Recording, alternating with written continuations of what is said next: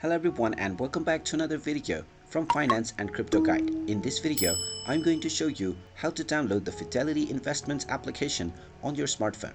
So let's get started right away. First of all, open up the iOS App Store or the Google Play Store depending on your device, and then tap on the search box and then type in Fidelity Investments and start your search. Once you find the Fidelity Investments application, go ahead and tap on it and you will see the install button. Tap on the install button and this will begin the download and installation of the Fidelity Investments application on your smartphone. Just wait for a while until the installation is completed, and then when you see the open button, you can tap on it to open up the application right away.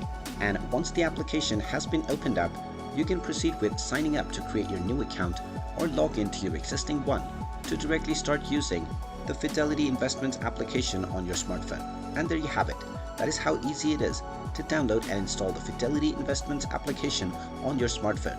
If you find this video helpful, make sure you hit that like button and subscribe to our channel if you haven't done so already. Also ring that notification bell to never miss another update from us. Thank you for watching and I will see you again in the next video.